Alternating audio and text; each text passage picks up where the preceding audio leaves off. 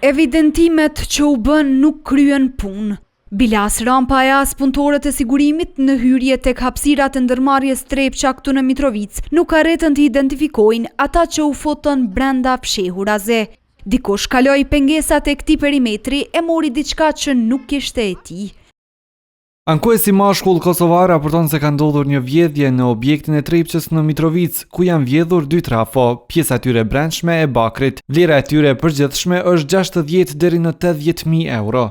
Shuma e madhe që u vodh nuk do ta ndalë punën në një nga veprimtaritë kryesore të vendit. Nga vetë Trepça përmes një komunikate është theksuar se 2 trafot kanë qenë jashtë funksionit tash një kohë.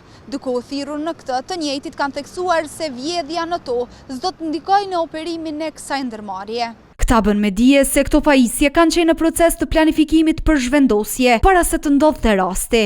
Madje theksuan se menaxhmenti i ndërmarrjes do të marrë të gjitha veprimet e nevojshme, përfshirë formimin e komisioneve për vlerësimin e dëmeve dhe shqyrtimin e plotë të rrethanave të rastit, si dhe të bashkëpunojë me organet kompetente.